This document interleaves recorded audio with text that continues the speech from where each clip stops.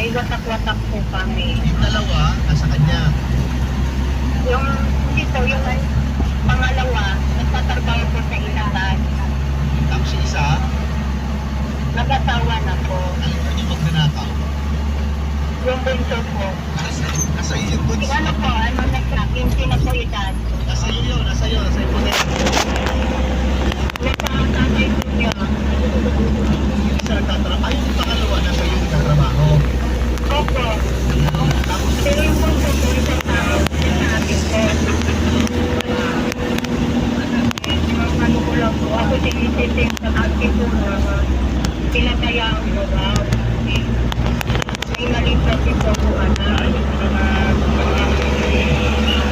Hindi lang ko yung video. Lalagyan ko ng background music yan mamaya. Iniwan na Oo, background music.